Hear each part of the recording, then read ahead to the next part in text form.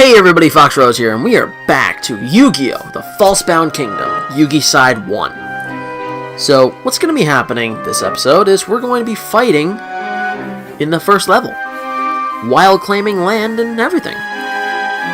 The Resistance is about to engage in its first battle. Let us take the victory this day. As you can see, there are 4 villages, including the enemy main base at Makad and the base at Jakad. Thanks to our earlier planning, the main enemy force is much smaller than it once was, and is not massively high. The ruler Etos has no idea that we're ready to attack. Let's take this chance to secure our position in the end. First, send someone to free the village of Rutum. It's not very far from Jakad. The village is filled with supporters of the Resistance. It will be a good foothold from where we can attack.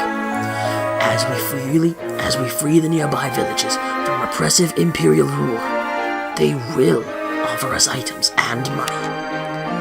We need both these things to help build up our force, so we should try to free as many places as possible. Currently, all of our teams are holding position in Jakad. Let's select teams to send into battle from Jakad and send them to the village of Rutum. To send a team into battle, position the cursor over the town the team is in and press the A button. Then select a command for the team to carry out. Finally, move the cursor to the location you want the team to go and press the A button.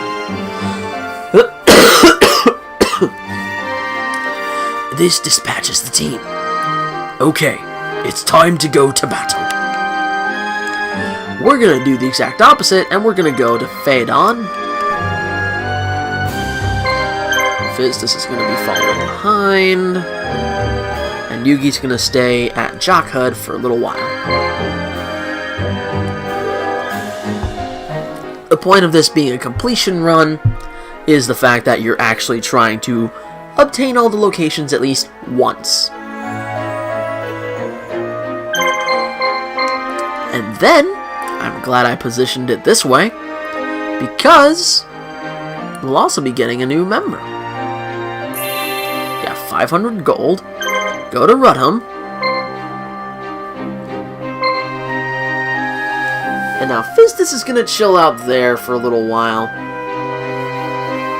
and we're going to dive right on in, hopefully, to the first fight of the game. At least should be the first. Don't know why it's not happening yet. There it is. Is it an ambush? Nah, it's just Silverfang. Which I am happy that we get Silverfang so early on. In later playthroughs, it's become such a good monster. All we're gonna do is probably outpoint him. So there's 2 ways of winning in this game. The first way of winning is by completely knocking out the enemy, or just, making sure they can't do anything. The second way of winning in this game is, you see this point total score? With Shimon's face on the left and Silverfang's on the right? Whoever has the higher score at the end of the battle, if it is not a decisive victory, wins the match. Currently we have 0, and Silverfang has 521. But if you will look closely at the team, you see the stars on the monsters? Those are the amount of turns each monster has. Silverfang only has 1 turn left, and the only thing that's going to do him any good is if he guards. How likely is he going to guard? No idea, but we're going to find out just how well we play this game.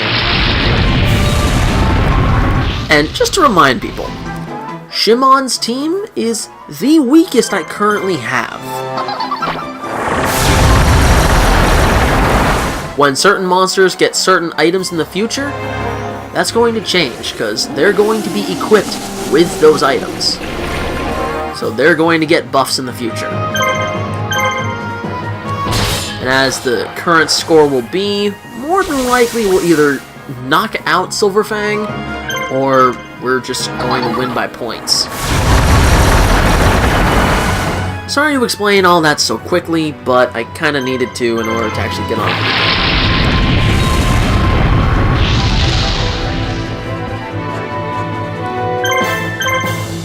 it. And with that, even if I don't knock him out entirely, I still win. And when you're trying to obtain new monsters that roam freely, it gets really easy when you have to do it this way. Because that means you just get them. Like with no problems at all, you just get them by beating them. With some monsters it's harder to obtain, like the ones that you have to play a second time for. And the ones that are a lot easier to actually get, yeah, they're pretty fun to get. And even better, with this game, if you lose even one time on the level, everything that happened on the level is retained. Meaning, unless it's new characters that show up during the level and you only get them after you beat the level, all of the stuff that you get before the mission ends, in failure, mind you, everything is like brand new. So let's say, for instance, and it's not going to happen, so don't worry people, say for instance, the whole team I have of Shaman, Fizdus, and Yugi gets knocked out by the Officer and Etos. All the levels they obtained from this one level would be kept from all the conflict. And in turn, all the monsters that I got during this mission would still be ones that I had unlocked. Now, a lot of monsters you get by beating certain locations, bosses, and just by getting more marshals to command. Which in Yugi's playthrough is a lot easier because he has a total of 10 marshals. Kaiba's playthrough is a little harder because you only get 8, technically? 9 because of an early game asshole who ends up betraying you. And then in Joey's is just a little weird. I don't even want to get into that. But you guys will be seeing that when we get to that point. It's time to attack the enemy's main base. You cannot defeat an enemy in its main base, a town or castle, simply by fighting better than them. You must force the enemy to flee, or defeat all of the enemy's monsters in order to win. It is difficult to defeat an enemy in their stronghold, unless you surround them and attack in waves. Be careful not to chase your enemy too far. They might be leading you into a trap. Now, let's go get the enemy. Alright, first real battle. And we're gonna be a little roughed up from our last encounter with the Silverfang, so regardless, we're probably going to lose Shimon. And real quick, which one is the strongest one? Okay, Hitatsumi Giant is the strongest monster on the field, and Larva Moth is the weakest one. So we're going to attack Larva Moth. Now my strategy usually is go for the one with the lowest defense first, unless there's healers, in which case if there's healers, go for the healer first. And there will be matches where there's multiple healers, so it gets a bit tedious. But hey, nothing you can do about that. And one thing that I've developed with this game is that I love to announce the attacks when they're being used. So every now and then, in the future anyways, it won't be happening in this episode because I'm still trying to explain the gameplay to you guys. But in the future, I'll probably be announcing the attacks if it's one that I know is going to be like a KO or something.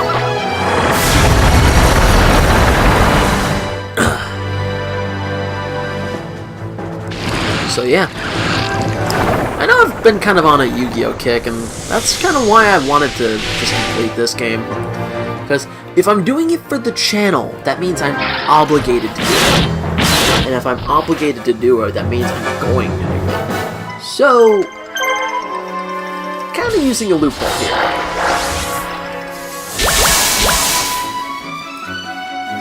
Also, to the best of my ability, I'm probably going to not be using the Konami code. All the Konami code does in this game is just give you the friggin' extra gold.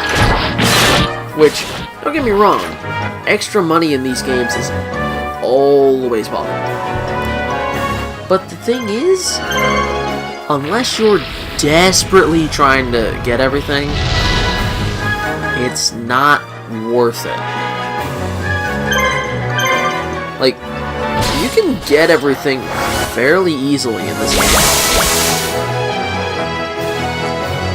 Like, I should have told you guys the rules that I'm really laying down in this whole challenge before I started, like, the actual gameplay.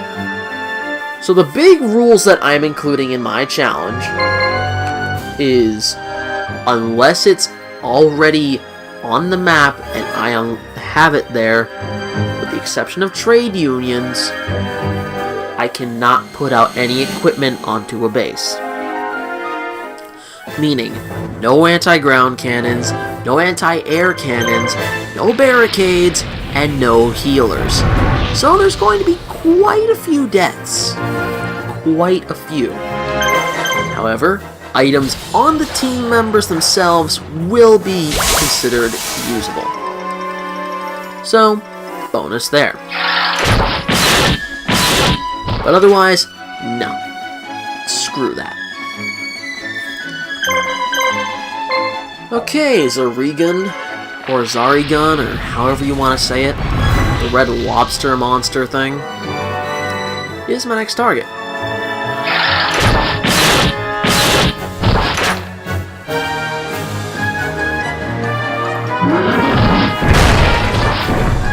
Alright. Yeah, Shaman is definitely the worst. Are you kidding me? How do you miss? Oh yeah, I forgot to mention, different actions in this game cause different point totals to be added up to your score. Whenever you miss, like you did just twice now, one miss is 500 points for the enemy. So I gave the enemy 1,000 extra points. All because my stupid Kanikabuto missed twice. And you're the one that leveled up. Fuck you, Kanikabuto. Fuck you.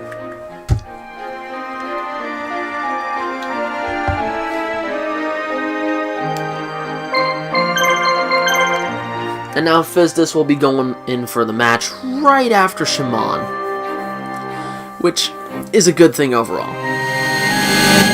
It means that we'll be getting this done fairly quickly. Okay. Yeah, Shaman's definitely going to be losing, because the Skull Spectre is on 20 health. You've got 5 moves, and Kanikabuto will die. Guys.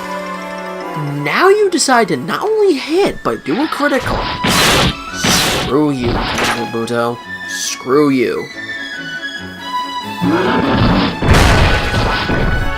Yeah, the Hitatsumi Giant does the damage you just did, and more.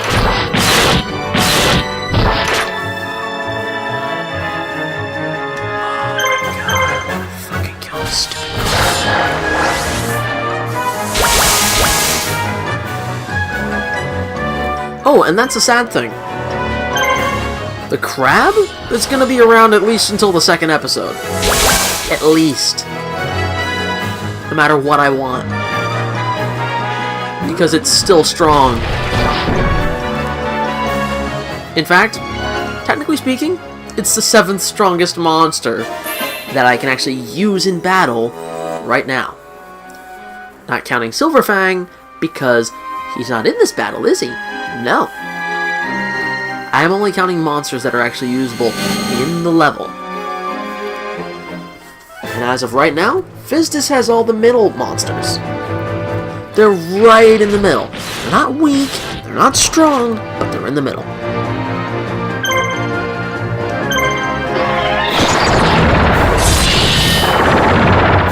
We got a Ballerina Penguin Knight character thing. Cool.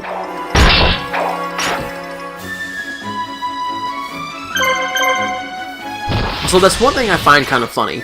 All the middle class characters in the game, when you first start off with Fizdus, are all warriors. I never caught on to that before. It's kind of ironic.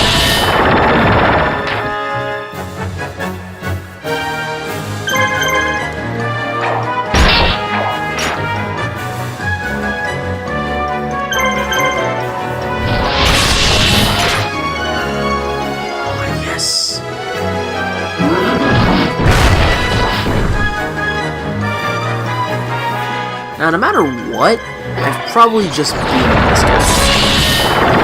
The officer, anyway. Etos is gonna be the next fight. But regardless, I'm still having fun. Told you guys, I genuinely like this game. I don't know if the people watching this don't like it, but hey, I like it a lot. It's part of my childhood. So, can't fault me for that. And the thing is, I've always had a thing for RPGs, no matter what kind of theme it is. So I guess, technically speaking, it's still good to me nowadays, but maybe not good to some people. Let me know if you guys actually like the game in the comments below. Ah, shit, out of soda. You insolent runt! Just who do you think you are? Guards? Where are my guards? You're the last one. Prepare to accept defeat. Ah! Traitors! How dare you revolt against the Empire? I'll take some of you with me before I'm done! Or so you hope. And funnily enough, his key monster is actually the one we unlock after beating him. That's right. The Blackland Fire Dragon becomes ours after this confrontation. Which is kind of funny because in the official series, it's the first monster Yugi ever uses in a duel. That's right. In the official anime series, Season 1, Episode 1, in his duel with Joey Wheeler at school, the Blackland Fire Dragon is the first and only monster that we know of that he plays in the duel. And in my opinion, that's great.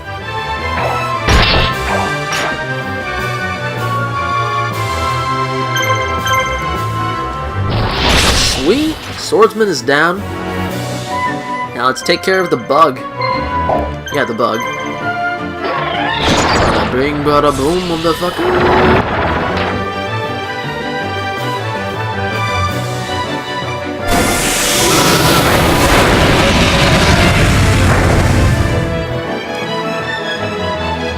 Okay, we gotta switch to the dragon. Oh, and that's another thing that I forgot to mention. When an enemy guards, they guard for 4 to 5 turns. So if there's another monster still on the field that you can attack in that time, I say go for it. But if there isn't another one that you can attack at the time, you're best off just waiting. That's why when Silverfang didn't attack and we were waiting on him, I was waiting that entire time and getting my score lower than it should have been. Ooh, excuse me. This is the first? Are we not gonna need Yugi? Are we really not gonna need Yugi for this match? Well, damn! Kinda surprised. Like, legitimately, I'm kind of surprised. Almost always you need Yugi to finish the job. Then again, match isn't over yet. Can't say for sure. Bring it.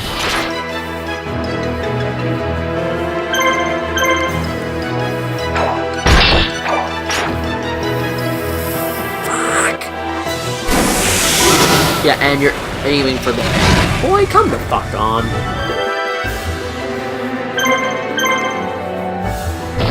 Boom!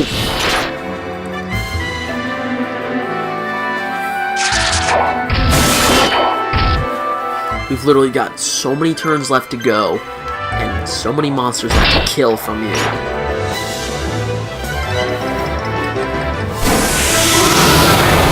Literally, more attacks.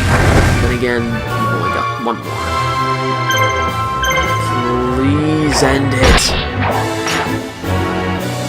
Damn it! Alright, well, there goes that match. Holy shit, it's a miracle!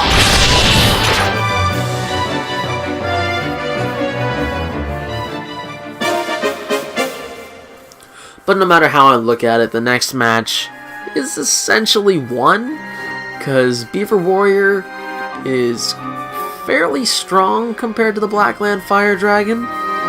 I mean, 3 attacks compared to 2? Yeah? And yeah, it's looking like it's just gonna be this and the other episode so far. Don't have too much time left.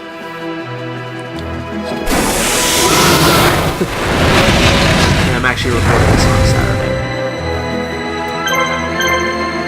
Okay, Rodent Sword. Rodent Sword.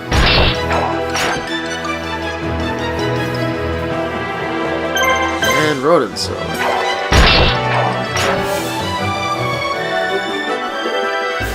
Literally 2 attacks. And I'll end up beating your ass.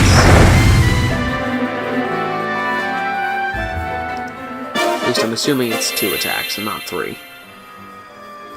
Might be 3 now, considering I just got that much more powerful. Who knows?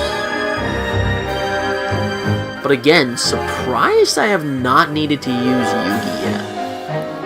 Granted, Yugi has the most powerful monsters on the team so far, but I'm still surprised.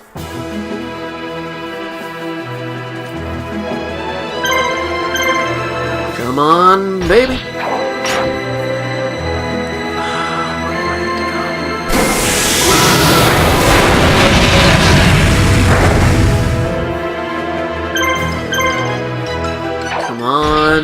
Yes! And with that, the level is over. And I'll do the last bit of narrating, including the stuff for the next level for you guys right here and now. So yeah, hope everyone's enjoying the series. A splendid first victory, Lord Yugi. Our actions here have stirred the people in these lands to fight back against the Empire. The noble families in the area are offering to assist us financially. If we continue to win like this, the resistance should grow nicely. The Empire is confused right now, but it's only temporary. They'll soon send units to hunt us down. Let's take this opportunity to secure our positions and fight off the enemy. Now, it's time for you to make an appearance, Lord Yugi. The people want to meet their savior. Blackland Fire Dragon has joined your army. Monster reborn and 2 blue medicines. Not blood medicines. Blue medicines. Fury of the Empire.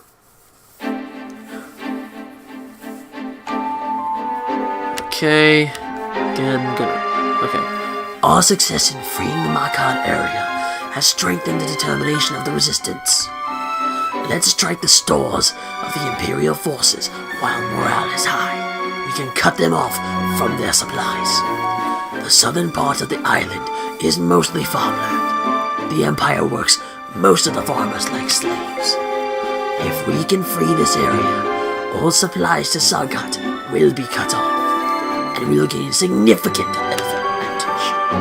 However, General Sabeko, one of the fiercest generals in the regular Imperial Army, appears to be in the area.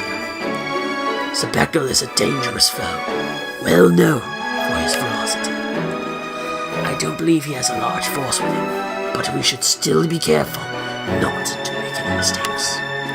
That reminds me, I believe we received some items in our last engagement. You can use those items by equipping the monsters with them. Just remember that you can change your mind once you send a monster into battle. When preparing for battle, think carefully about which item to give to which monster. I'll think carefully. But yeah, I'm going to set the teams up for the next episode, and then we'll go from there, everybody. Yeah, we want the Feral Imp to be the one leading the charge, because it can fly. So let's see. Yes. Oh, you don't have that yet. Okay. Yep. And yep. Sweet. And now we get to change shit for you. Okay, so as it is right now, Yugi still has the most powerful monsters on the team. Fizdis has the middle ground and the highest level monster on the team. And Shaman's got typically powerful monsters. Now at the end of this, we're going to be getting a new teammate in the form of Tristan. And yeah, it's going to be fun. But that's for next time. This is Fox Rose, and time to do the outro. Thank you all so much for watching today's video. If you liked the video, hit the like button, comment in the comment section with all your tips, tricks, and all that shite. Subscribe if you're new, favorite the video if you want, but who the hell favors videos these days? Oh yeah, one last thing before I go. We will be doing each fusion of each monster at least once. So that's a thing. Anyways, this is Fox Rose here, and I'm telling you all to rock and roll, dude.